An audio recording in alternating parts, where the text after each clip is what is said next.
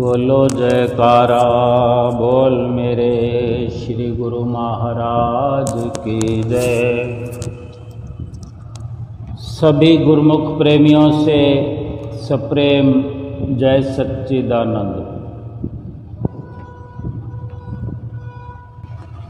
तप के बरस हजार हो, सत्संग की घड़ी एक। तप के बरस हजार हो, सत्संग की घड़ी एक। तो भी नहीं बराबरी, सुखदेव किया विवेक। संतों के सत्संग में जाने से समझ आती है, बोध होता है, जानकारी मिलती है, ज्ञान प्राप्त होता है। और ये सत्संग का अनुभव करते हुए सत्संग का जो लाभ है, सुखदेव मुनि हैं वो वाणी में उच्चारण कर रहे हैं। जिन्होंने अनुभव किया, जिन्होंने तप भी किया, यज्ञ भी किया, योग साधनाएं सब की, लेकिन जब सत्संग का अवसर उन्हें प्राप्त हुआ और हर प्रकार से जब उन्होंने निचोड़ निकाला, तो यही सामने आया। उन्होंने उच्चारण किया अपनी वाणी में कि चाहे 1000 वर्ष तक तपस्या की जाए, योग यज्ञ ये साधन किए जाएं, अपने ही ख्यालों से, अपनी मर्जी से, लेकिन सत्संग की एक घड़ी हम अनुमान लगाएं कितनी लंबी होती है। 24 मिनट की एक घड़ी बताया करते हैं। और गुरबाणी में तो ये भी उच्चारण किया है महापुरुषों ने, एक घड़ी आधी से पुण्याद। यानी घड़ी तो क्या, आधी घड़ी, आधी से भी आधी, यानी चौथाई। एक घड़ी आधी से पुण्याद। कबीर संगत साध की कटे कोट अपराध। एक महिमा बताई है महापुरुषों ने अपने अनुभवों के अनुसार कि सत्संग का लाभ कितना है।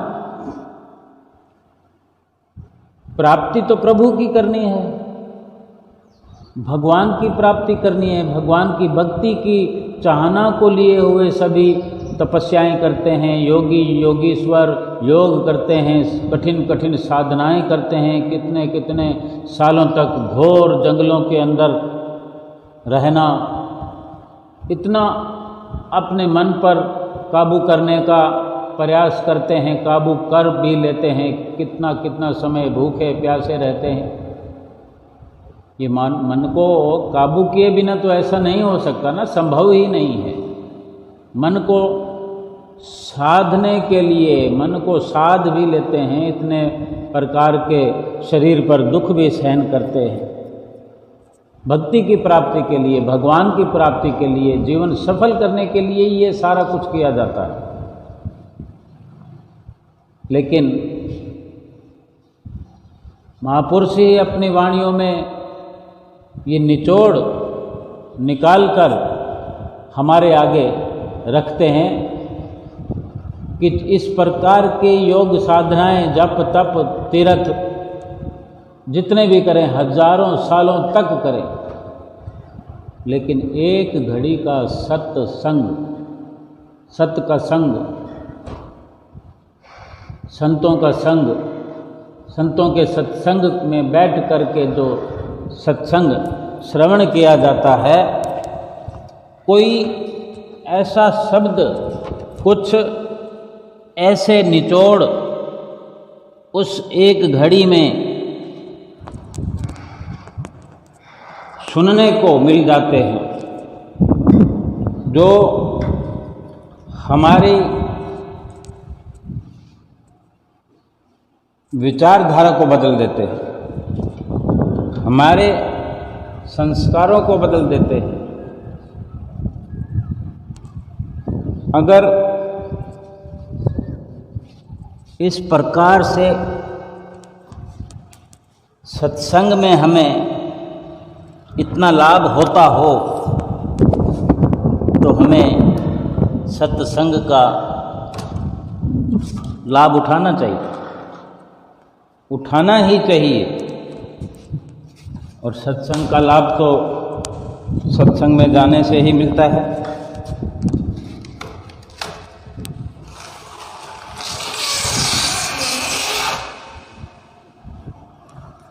और सत्संग संतों महापुरुषों की संगत में प्राप्त होता है। अगर हम भी कुछ अपने चित्त में ये विचार करें, अपनी सोच का दायरा बढ़ाते हुए कि सत्संग में ऐसा क्या है जो इतना काया पलट कर देता है। भगवान की प्राप्ति के लिए, भक्ति की प्राप्ति के लिए जिसकी हम चाहना करते हैं, एक रास्ता ऐसा हो जिसमें हजारों साल लग जाए, और एक रास्ता ऐसा हो कि एक घड़ी में उद्धार हो जाए, भक्ति प्राप्ति हो जाए, या भक्ति प्राप्ति का सरल सुगम मार्ग मिल जाए। वो इसीलिए संभव होता है, हो सकता है कि संत महापुरुष जिन्होंने अपने अनुभव से हमारे लिए मार्ग प्रशस्त किया है, करते हैं, उनको ये अनुभव होता है, अपने जीवन में वो सत्संग का ही अनुभव करते हैं, सत्य की राह पर चलते हैं, और अपने अनुभव जो उनके अंदर भरे होते हैं, जो हम सत्संग श्रवण कर रहे होते हैं, संत महापुरुष कहीं विराजमान हों, हमें जाने का अवसर मिले, सत्संग हम सुन रहे होते हैं, थोड़ा याद करें कहीं ऐसा अवसर मिला हो, या फिर कहीं पहुंच करके ऐसा अवसर प्राप्त हमको करना चाहिए कि वो क्या समझा रहे होते हैं, कौन सी पोथी पढ़ रहे होते हैं, किताब पढ़ रहे होते हैं। अगर कोई पोथी किताब भी पढ़ते हैं तो उन शब्दों को जिनको वो पढ़कर सुना रहे हैं उनका सार समझाते हैं। उन्हीं शब्दों को हम भी पढ़ते हैं अपने घर में बैठकर, लेकिन हमें समझ नहीं आता। संत महापुरुष वही शब्द जो हमें पढ़कर सुनाते हैं उसका सार समझाते हैं, उदाहरण देकर हमें समझाते हैं। हमारी जो भावना होती है, जो हमारे भाव होते हैं, जो हमारी चाहना होती है, वहीं हमारे भावों के आसपास ही उनके वचन आकर टकराते हैं। हमको ठीक ठीक मार्ग दिखने लगता है, जो वो दिखाना चाहते हैं हमको महसूस होने लगता है। और जो बिना पढ़े ही कितनी कितनी देर तक हमें सत्संग सुनाते हैं, तो हम विचार करें कि वो सत्संग उनके पास कहाँ से आया। उन्होंने अपने जीवन में अमली कार्रवाई की, सत्संग के साथ रहे, सत्संग को अपनाया, और सत्संग के साथ रहते हुए जो उन्होंने अमल किया होता है वो सत्य का संग, उसका जो लाभ है वो सब उन्हीं के अंदर से खजाना भरा हुआ है सत्संग का। उसी में से निकल निकल कर शब्द आ रहे हैं, उच्चारण हो रहे हैं, हमारे कानों में रस घोल रहे हैं, सत्संग का लाभ हमें समझा रहे हैं। और जो अमल उन्होंने किया, जो अनुभव उन्होंने किया संतों महापुरुषों ने, वही हमें करने के लिए हिदायत करते हैं, इशारे करते हैं कि इसी प्रकार से अपना लोक और परलोक संवार सकते हैं, इसी प्रकार से भक्ति की प्राप्ति हो सकती है। एक किताब का लिखा होता है, हम बेशक अपने घर बैठे पढ़ लें, पढ़ाई कर लें। जैसे एक स्टूडेंट से बच्चा है, स्कूल में पढ़ने वाला है, स्कूल में शुरुआत उसने की है, तो छोटे से छोटे बच्चों को स्कूल में डाल देते कि किताबें होने पर भी, किताबों से पढ़ाई पढ़ा देने वाले हमारे घर पर हैं। हम खुद बच्चों को अपने घर पर पठन पाठन करवा सकते हैं, लेकिन फिर भी हम उस कला में निपुण नहीं, क्योंकि उसके जो सही उत्तम तौर तरीके हैं वो एक गुरु ही जो अच्छे से अध्ययन करके उसका निचोड़ जो है जानते हुए सब कुछ उसी प्रकार से बच्चों को पढ़ाते हैं जो उनके स्वयं के अनुभव होते हैं, अच्छे से उसको अपने अंदर बसाया होता है। फिर वही वो दिल से जब शब्द निकलते हैं असर कारक हो जाते हैं। संत महापुरुष भी आध्यात्मिक रास्ते पर पहले स्वयं चलते हैं। जो वक़्त के पूर्ण महापुरुष होते हैं, संत महापुरुष हुए हैं, अभी भी हमें ये सौभाग्य मिला है कि हम श्री आनंदपुर दरबार के अनुयायी हैं, हम गुरुमुख हैं, प्रेमी हैं। हम तो भली भांति नित्य प्रति देखते आए हैं। हमारी आँखों के सामने जीता जागता उदाहरण है। हमारे श्री परमहंसों ने समय समय पर मिसाल कायम की है। हमें कोई संशय भी नहीं होना चाहिए कि जो मार्ग हमें भक्ति का दर्शाया हमारे श्री गुरु महाराज जी ने, श्री परमहंस दयाल महाराज जी ने, पहले उस पर आप चले। वे स्वयं पार ब्रह्म परमेश्वर होते हुए भी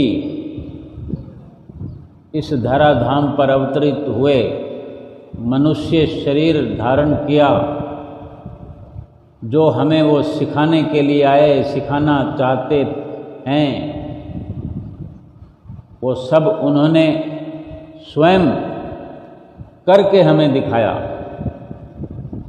हमारे लिए उन्हें कुछ करने कराने की ज़रूरत नहीं है। जो स्वयं भगवान हैं, जो भक्ति के मालिक हैं, भक्ति उन्हीं के पास है जिन्होंने हमें भक्ति देने का एक लक्ष्य धारण किया। इस संसार में आकर ये लक्ष्य बनाकर ही संसार में आए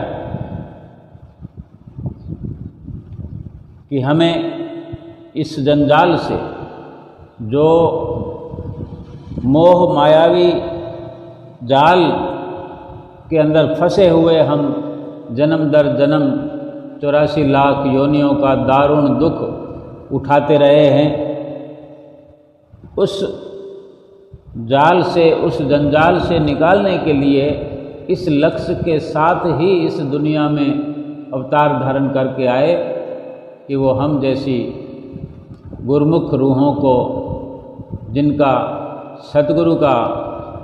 साथ सतगुरु का संबंध पहले भी रहा है और इसी संबंध को पुख्ता करने के लिए, परिपक्व बनाने के लिए समय समय पर अवतार धारण करके हमारा मार्ग प्रशस्त करते रहे हैं और कर रहे हैं, करते रहेंगे। श्री आनंदपुर धाम दरबार की रचना रचाई, क्या हम विचार कर सकते हैं कि कितना सरल था, मुश्किल था, संभव था कि असंभव था? एक थोड़ी सी जगह को साफ सुथरा करना हो, कंटीली झाड़ियाँ हों, थोड़ा मैदान की तरह हो, वहाँ पर कोई स्कूल बनाना हो, कॉलेज बनाना हो या कोई एक बड़ा घर बनाना हो, तो देखते ही देखते वहाँ पर जेसीबी मशीन आ जाती है, बुलडोज़र आ जाता है झाड़ झखाड़ को उखाड़ने के लिए। लेकिन 100 साल पहले, 80 साल पहले क्या ऐसी आधुनिक मशीनरियाँ होती थी? जिस वक़्त में श्री आनंदपुर धाम दरबार की रचना हुई 1929-30 में, इस श्री आनंदपुर धाम की धरती को लिया गया, खरीदा गया। क्या हम अनुमान लगा सकते हैं? सुनने में आता है, पढ़ने में आता है, लेकिन उस वक़्त को अगर हमने देखा हो या जितना गहराई से हम विचार करेंगे कि उस वक़्त क्या अवस्था हो गई, क्या अवस्था रही होगी। आज हम चाहें तो रेल का सफ़र करते हैं, एरोप्लेन का सफ़र करते हैं। अगर नीचे एरोप्लेन से देखते हुए कुछ जो इलाके घने जंगल के होते हैं उनको देखें, या ट्रेन का सफ़र करते हुए कहीं घना जंगल आता है, तो वहाँ कुछ अनुभव कर सकते हैं कि ऐसी जगह को, जबकि वहाँ पर कितनी गहराई में जो धरती वहाँ की है, कितनी पथरीली और कितनी शुष्क धरती थी तब। और अनुभव बढ़ाना हो तो वहीं आसपास के इलाकों में जहाँ बिल्कुल जंगल है वहाँ पर निरीक्षण करके देखा जा सकता है। लेकिन जो हम श्री अमर ज्योति ग्रंथ में पढ़ते हैं, आदरणीय महात्मा जनों से, जो बुजुर्ग महात्मा जन हमारे समक्ष आज उपस्थित हैं, जिनसे हम सुन भी सकते हैं उस वक्त का वृत्तांत, तो यकीन होने लगता है। क्योंकि आज भी श्री आनंदपुर धाम दरबार हो या श्री प्रयाग धाम दरबार हो, आज भी उसी क्षेत्र में श्री आनंदपुर दरबार के बाहर या श्री प्रयाग धाम दरबार के बाहर, वहाँ के आसपास की ज़मीन को हम देख सकते हैं। अभी श्री प्रयाग धाम के बाहर जो मेन गेट, जो प्रयाग धाम के अंदर जाने का है, पहला गेट जहाँ से एंट्री होती है, उसके बाहर जो ज़मीन जंगल पड़ा हुआ, थोड़ा समय पहले, साल 2 साल 3 साल, ठीक नहीं तारीख का मालूम, लेकिन अभी ये देखने का अवसर प्राप्त हुआ कि वो जो ज़मीन है वो खरीद ली है, उस ज़मीन को ले लिया है काफ़ी दूरी तक, उसमें काम चल रहा है। अभी उस ज़मीन पर काम चलता हुआ देखा कि बुलडोज़र से 5-5 फुट लंबे पत्थर ज़मीन से निकलते हुए उठा करके ट्रैक्टर ट्रॉली में देखा कि ट्रैक्टर ट्रॉली कितनी बड़ी होती है। सब जानते हैं, हम खेतों में ट्रैक्टर चलते हैं, हर किसी ने देखे ही हैं। इतनी बड़ी ट्रॉली में सिर्फ 2 पत्थर। अभी ईंटें भरकर अगर ट्रॉली में लाई जाती हैं तो उसमें हज़ारों ईंटें आती हैं। अगर वो पत्थर भी होते हैं जिनसे दीवारें बनती, वो भी डालें तो वो भी सैकड़ों की तादाद में उस ट्रॉली में पत्थर आ जाते हैं। लेकिन इस पत्थर का साइज इतना बड़ा है, 5 फुट लंबा और 2 फुट 3 फुट चौड़ा पत्थर हो, बुलडोज़र से उठाकर ट्राली में रखा होगा, उसमें कितनी मशक्क़त करनी पड़ती है। तो अभी जो आँखों से देखा गया उसको देख करके हम अनुमान लगा सकते हैं कि इतनी बड़ी जो जगह को खरीद किया उसमें कितने ऐसे पत्थर बाधा बने होंगे, तरक्की में बाधाएं आई होंगी। कैसे कैसे उन पत्थरों को, जबकि आज बुलडोज़र है, ट्रॉली है, उस वक़्त तो हर चीज़ का अभाव होता था। आज से 90 साल पहले ये साधन नहीं होते थे। उस वक़्त के अंदर जो इन पत्थरों से दो चार होना पड़ा होगा कि अभी तो ज़मीन को जो ये पत्थर देख रहे हैं वो कार्य चल रहा है, तो वो केवल ज़मीन को सीधा किया जा रहा है। लेकिन अनंतपुर धाम या प्रयाग धाम में उसकी जो आज सफलता हम देख रहे हैं, उसकी हरियाली जो देख रहे हैं, उसके अंदर कितने गहराई में पानी के लिए साधन बनाए, कितने कितने फुट खुदाई करने पर, 850 फीट खुदाई करने पर पानी की शुरुआत हुई, पानी निकला। कैसे किया होगा ये?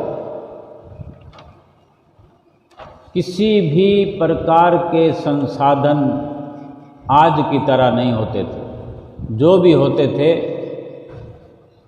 उन्हीं से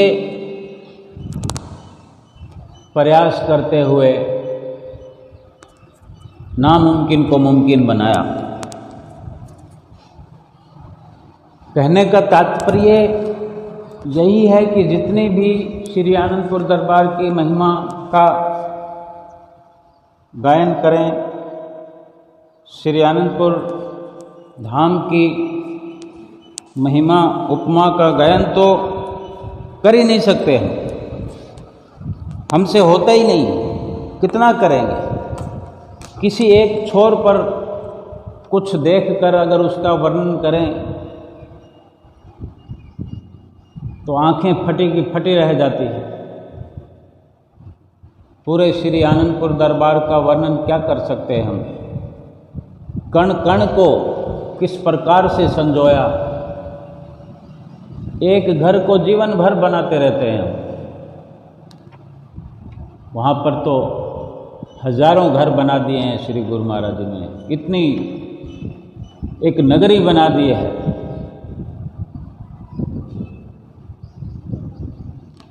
ये श्री परमहंसों का ये उपकार है और इसी की हम चर्चा कर रहे हैं कि कोरा सत्संग सुनने से, सुनाने से सत्संगी नहीं बना जा सकता, सत्संग का लाभ नहीं उठाया जा सकता।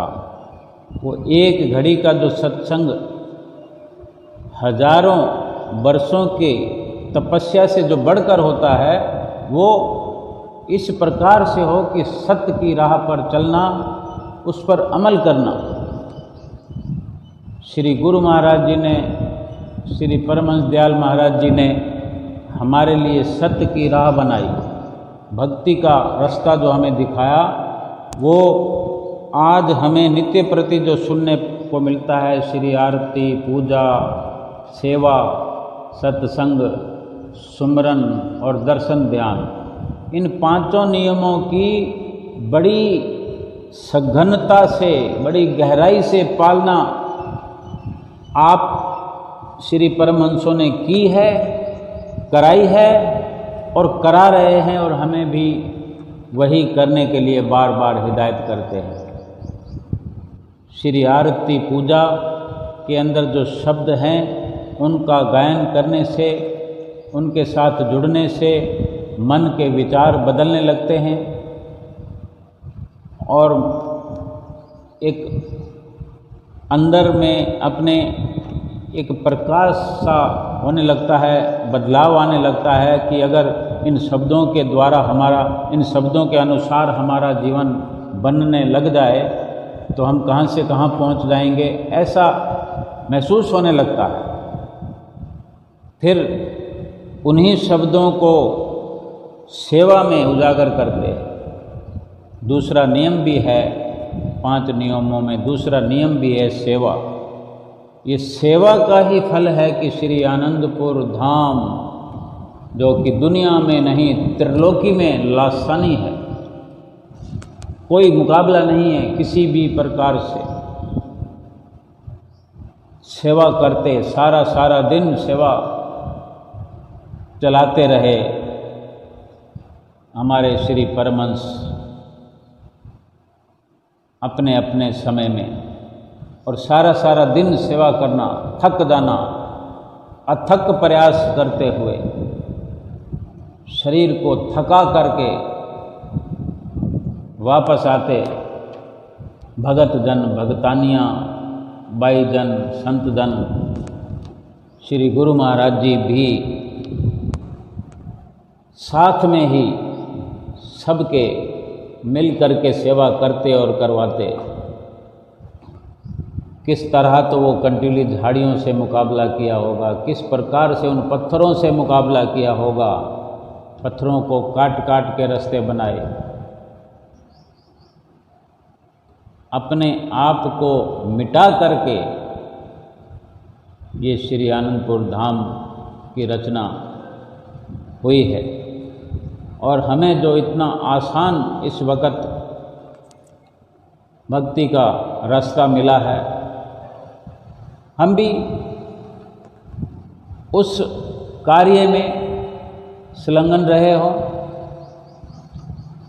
कौन जानता है। लेकिन ये तो सच्चाई है कि अपना ही जो किया होता है वही हमें अगले जन्मों में मिलता है। आज हम श्री दरबार में जो सुख भोग रहे हैं, शारीरिक भक्ति करते हुए जो आसानियाँ हमें मिली हैं, जो रास्ता सरल हमारे लिए आज हुआ जा रहा है, हमको ऐसे लाभ मिल रहे हैं, तो हम भी कहीं ना कहीं अपने श्री परमहंसों के साथ रहे, आते रहे, एक बार आए हों, 2 बार आए हों, यानी उस रचना में हम कहीं ना कहीं साथ ही हैं। क्यों नहीं मन मानता हमारा कि हम नहीं थे? ऐसा क्यों लगता है कि हमने भी वो कार्य किया है? अगर अभी श्री आनंदपुर धाम से पहले जो अभी इलाका पाकिस्तान में कहलाता है, अभी श्री परमहंस दयाल महाराज जी जैसे श्री टेरी साहिब में जो भव्य निर्माण हुआ श्री परमहंस दयाल महाराज जी के समाधि स्थल का, वहाँ श्री परमहंस दयाल महाराज जी ने टेरी में, लक्की मरवत में हमारे सारे श्री परमहंस, श्री दूसरी पातशाही गुरु महाराज जी, श्री तीसरी पातशाही गुरु महाराज जी और चतुर्थ पातशाही गुरु महाराज जी वहीं आसपास में ही लक्की मरवत और टेरी में ही अवतरित हुए और वहीं विस्तार होता रहा। जब ये नाम आते हैं लक्की मरवत, ऐसे ऐसे श्री गुरु महाराज जी वहाँ, पहली पातशाही गुरु महाराज जी वहाँ पहुँचे, दूसरी पातशाही गुरु महाराज जी से कैसे मिलाप हुआ, फिर तीसरी पातशाही गुरु महाराज जी से मिलाप हुआ, फिर चतुर्थ पातशाही गुरु महाराज जी से मिलाप हुआ। हम श्री ग्रंथ जी में पढ़ते हैं, संतों महापुरुषों से सुनते हैं कैसे आप जी का जीवन रहा, बचपन कैसा रहा,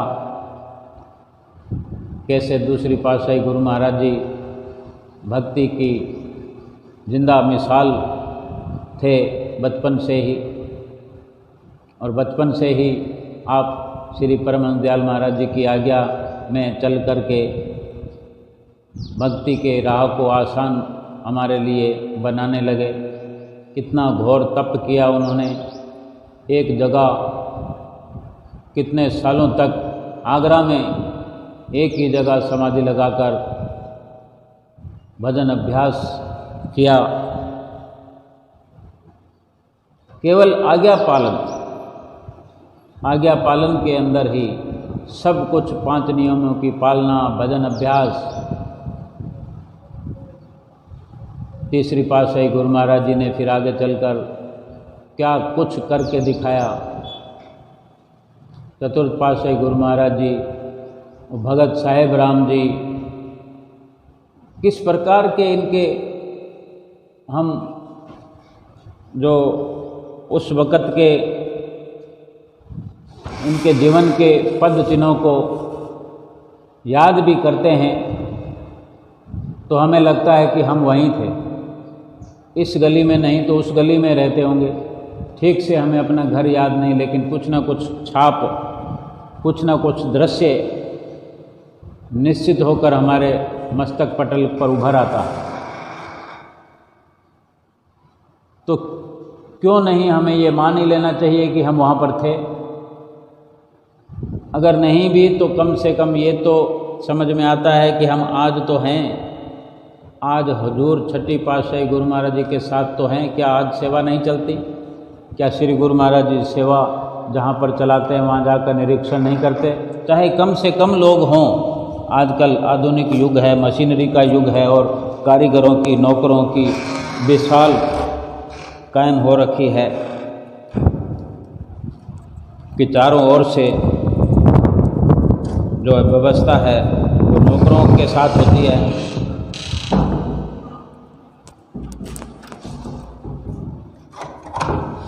क्योंकि पहले की तरह कार्य की रफ्तार इतनी तेज होती है पहले से। आज इस युग को देखते हुए, वक्त को देखते हुए कि हर कार्य को जल्दी से जल्दी करने के लिए सभी प्रकार के साधन सुलभ हैं, लेकिन समझ में तो आता ही है। उस वक़्त में जो घोर परिश्रम होता था शारीरिक, वो आज बेशक ना हो, लेकिन आज घोर भजन अभ्यास करने के लिए श्री गुरु महाराज जी रात और दिन हिदायत कर रहे हैं। जो भी हमें छूट मिल रही है कहीं ना कहीं हमारे अपने पुण्य कर्मों की निशानी है, निष्काम कर्मों की निशानी है। अगर ये सही है कि हमारे उस वक़्त होने से, सेवा भक्ति करने से आज इस जन्म में भक्ति का मार्ग हमारे लिए सरल से सरल हो गया है। श्री गुरु महाराज जी ने हम पर हमेशा कृपा बरसाई है और आज जो हम पर कृपा बरस रही है कि भजन अभ्यास 2 घंटे कम से कम करना ही करना है, 5 नियमों की पालना करनी ही करनी है, तो इसका भी तो आगे लाभ हम ही को मिलने वाला। आज शारीरिक मेहनत नहीं कर सकते हैं, थोड़ा बहुत करने से ही अगर पूर्ति हो जाती है, लेकिन जो अधिक जोर दिया जाता है भजन अभ्यास करने पर, तो ये हमको समझना चाहिए कि हमारे आने वाले समय में परलोक संवारने में यही सतगुरु के वचनों पर हम चल करके अपना परलोक संवार सकते हैं। हम क्यों कुछ और विचार करें कि हमारा कल क्या होगा, ऐसा होगा कि वैसा होगा। हमको ये यकीन पहले करना है कि हम अपने श्री गुरु महाराज जी के साथ थे और आज साथ हैं, आगे भी श्री गुरु महाराज जी हमें साथ में रखेंगे। केवल उनके वचनों की तामील करनी, उनके वचनों पर अमल करना है, उनकी आज्ञा को सत्य सत्य करके मानना है। ये तो बहुत बड़ा आसान रास्ता है, आसान कार्य है कि सब कुछ करा कराए श्री गुरु महाराज जी हमें देते हैं। केवल कहना ही तो मनवाते हैं और कहना मानने में तो बहुत आसानी है। अपने आप से कुछ नहीं करना है। अपने आप अगर कोई डिसीजन लेना होता है उसमें नफ़े नुकसान की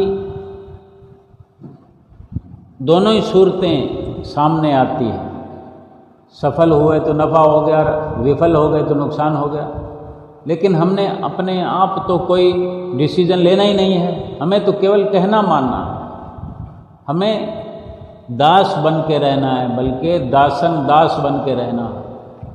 नफ़ा नुकसान वो जाने, और फिर भगवान जो कार्य करते हैं या कराते हैं, क्या उसमें नफ़ा नुकसान क्या सोचने की बात है? उनके तो एक वचन पर ही जिंदगियां बदल जाती हैं। एक वचन गुरुदेव का ताका जाका अनंत विचार, पंडित थाके मुनि जना वेद न पावे पार। एक वचन पर भी पंडित मुनि वेद शास्त्र पार नहीं पा सकते, समझ नहीं सकते। हमें क्यों ज़रूरत है समझने की?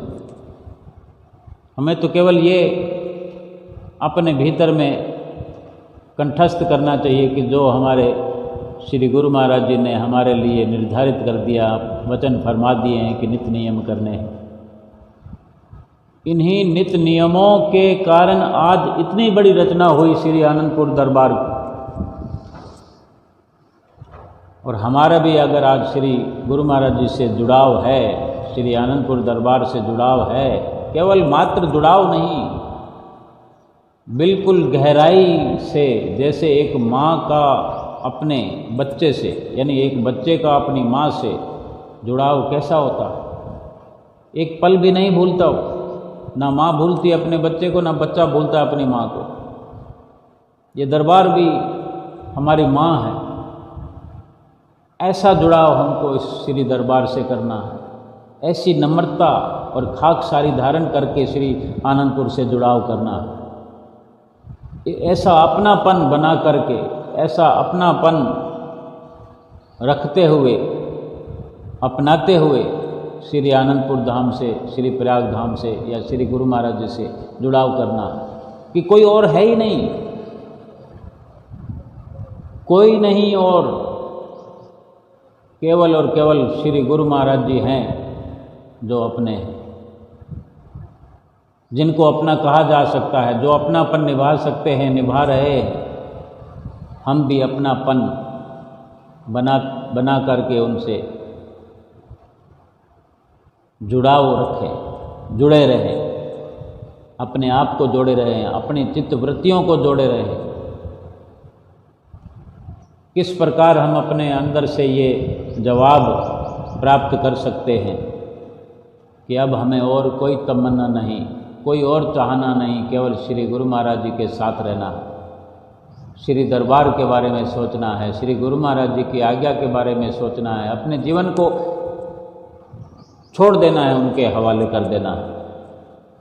अपने अंदर से ये जवाब मांगना है। कब मिलता है? आज मिल रहा है।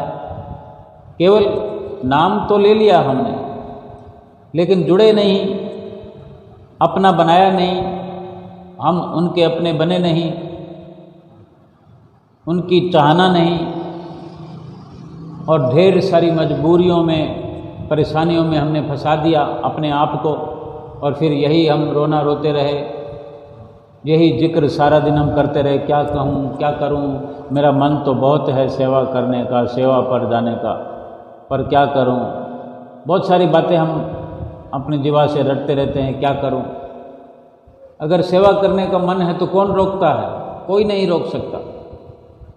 हमने अपने परमहंसों का इतिहास पढ़ना है, कि किस किस तरह से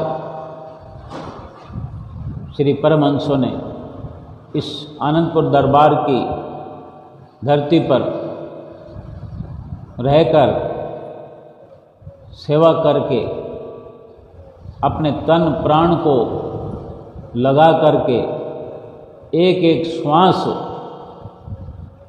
श्री दरबार की सेवा में लगा दिया। ये सभी श्री परमहंसों का हम इतिहास पढ़ें तो अपने माता पिता के घर से ही सब आए, अपने माता पिता के साथ उनके लालन पालन में रहे, लेकिन किस प्रकार से उपरामता इनका वैराग, कैसा इनका वैराग रहा, कुछ पढ़ते हुए महसूस करें, कुछ विचार करें। क्या हम कर सकते हैं? और कर सकते हैं तो फिर क्यों नहीं कर रहे हैं? हमारे तो श्री तीसरी पातशाही गुरु महाराज जी का नाम ही श्री दूसरी पातशाही गुरु महाराज जी ने श्री श्री 108 श्री वैराग्यानंद जी महाराज रखा। सारे संसार से वैराग, सब कुछ जो जहाँ है वहाँ पड़ा रहेगा, कहीं जाने वाला नहीं है। अगर मकान से हम मोह करेंगे, मकान को छोड़ेंगे नहीं, तो भी मकान वहीं ज़मीन पर बना हुआ रहेगा। और इसको अगर छोड़ देंगे, सेवा करने के लिए जाएंगे, महीना 2 महीना 15 दिन, धीरे धीरे अपने समय को बढ़ाएंगे, अपने अंदर की विल पावर को देखेंगे कि हमारे अंदर कितनी शक्तियाँ भरी हुई है, श्री परमहंसों ने कितनी शक्तियाँ भरी है, लेकिन हम उन शक्तियों को उजागर करते ही नहीं, करना चाहते ही नहीं हैं। घर को छोड़ना नहीं चाहते, परिवार को छोड़ना नहीं चाहते, बाल बच्चों को छोड़ना नहीं चाहते, लेकिन एक दिन संसार छोड़कर चले जाएंगे। और ऐसे चले जाएंगे कि किसी को कानो कान खबर भी नहीं होगी, किसी को बता भी नहीं पाएंगे, कोई सुन भी नहीं पाएगा, किसी को भनक भी नहीं लगेगी, और पूरा का पूरा संसार छोड़ देंगे। थोड़े समय के लिए घर छोड़ने में क्या परेशानी होती है, थोड़े समय के लिए घर परिवार वालों को छोड़कर क्या परेशानी होती है। चलो वो परेशानी भी अगर होती है तो श्री गुरु महाराज जी ने हमारी सरलता के लिए कितने रास्ते निकाले हैं कि कोई जहाँ भी रहे, घर में रहे, 2 घंटे भजन अभ्यास करे, नित्य प्रति कर पाते हैं। इस प्रकार से 2 घंटे अपने ही घर में बैठ कर के अपने घर से दूर होकर नहीं बैठ सकते। घर के विचारों से दूर हो जाएं, परिवार वालों के विचारों से दूर हो जाएं, और 2 घंटे अपने श्री गुरु महाराज जी के विचारों में खो जाएं, उनके ध्यान में खो जाएं, उन्हीं के चरणों में सुरती लगा दें, श्री आनंदपुर दरबार के अंदर सुरती लगा दें, उनके जीवन चरित्र को याद करने में हम 2 घंटे व्यतीत कर दें। उनका ध्यान ही तो करना है। अपनी सुरती को घर से, परिवार से, घर वालों से, यानी माया से हटाना है और भक्ति में लगाना। ये भी हम नहीं कर सकते। फिर कैसा जुड़ाव है श्री गुरु महाराज जी से और श्री आनंदपुर दरबार से? उस जुड़ाव का फिर फायदा क्या है? किसी से लेन देन नहीं करना, किसी से व्यवहार नहीं करना, कुछ खरीदना ही नहीं है, कुछ बेचना नहीं है। वो सौदा कैसे होगा? सच का सौदा जो हम करने आए हैं, खरीद फरोख्त करने आए हैं, श्वासों को खर्च करके जो भक्ति का सौदा खरीदना चाहते हैं, खरीदने आए हैं, वो खरीद फरोख्त कैसे होगी?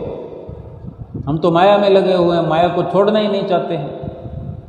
हमें किसी ने पकड़ नहीं रखा। बिल्कुल हल्के से हर कोई कह देता है, हम कह देते हैं कि घर वाले जाने नहीं देते। तो क्या सारे काम घर वालों से पूछ कर करते हैं हम जहाँ जहाँ भी जाते हैं?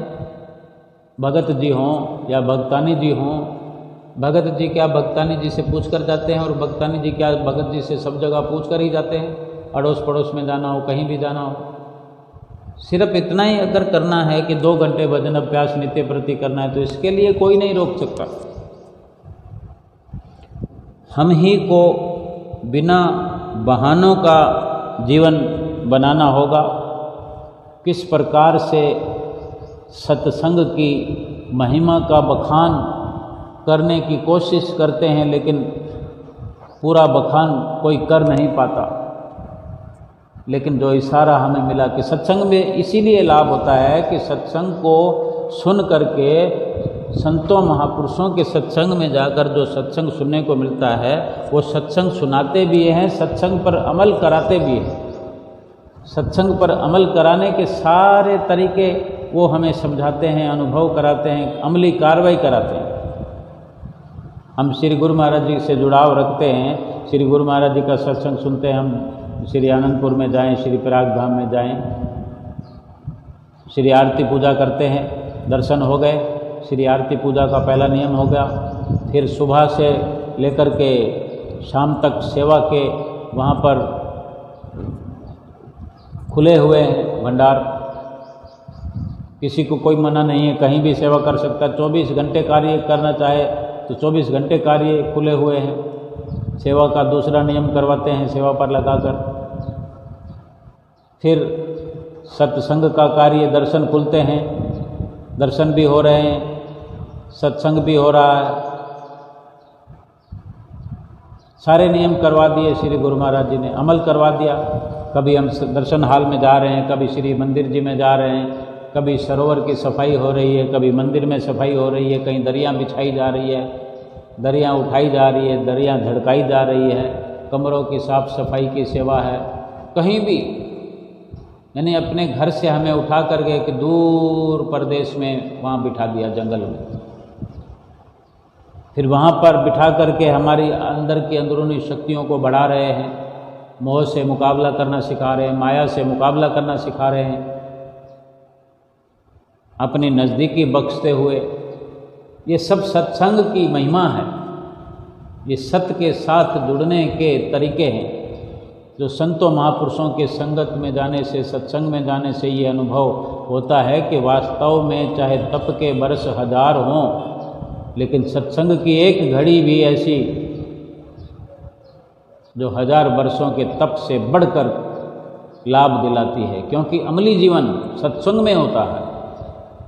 वक़्त के संत महापुरुष की हमें चरण शरण मिली है, जो सत्संग का मतलब हमारे जीवन में उतरा है, उतर गया है, वो हजारों वर्षों के तप करने से भी वो लाभ होने वाला नहीं है। हमें पता ही नहीं चलेगा कि हम क्या कर रहे हैं। हम अगर तप करते रहें बैठकर और मन के अंदर, अपने अंदर में अहंकार पलता बढ़ता रहे, भक्ति का तो फिर नामो निशान ही नहीं हो पाएगा। अगर अंदर में अहंकार की प्राप्ति हो रही है, अहंकार बढ़ रहा है, भले तप कर रहे हैं, तप से हमारा जो लाभ होना है कि हमने कुछ चंद नियमों का पालन कर लिया, मन को साध लिया, लेकिन संपूर्ण तौर पर जिस अहंकार को बाहर निकालना है, जिस सेवा के करने से परोपकार होता है, जिस दर्शन करने से दर्शन को अपने अंदर बसाते हुए फिर ध्यान करने में वो दर्शन सहायक बनते हैं, ये जो लाभ होता है, इस प्रकार के लाभ परिपूर्ण संत महापुरुषों के सानिध्य में, उनकी नज़दीकी में, उनकी चरण शरण हासिल करने से हमें हो रहा है। लेकिन जो हमारे अंदर कमियां हैं, जो दूरियां हैं, उनको मिटाना है और अपनी मंजिल को प्राप्त करना है, अभी करना है, आज का आज करना है, इसी घड़ी को करना है, इसी घड़ी में करना है। इसी एक ही घड़ी में जीवन का काया पलट हो सकता है, लोक परलोक संवर सकता है। बोलो जयकारा, बोल मेरे श्री गुरु महाराज की जय।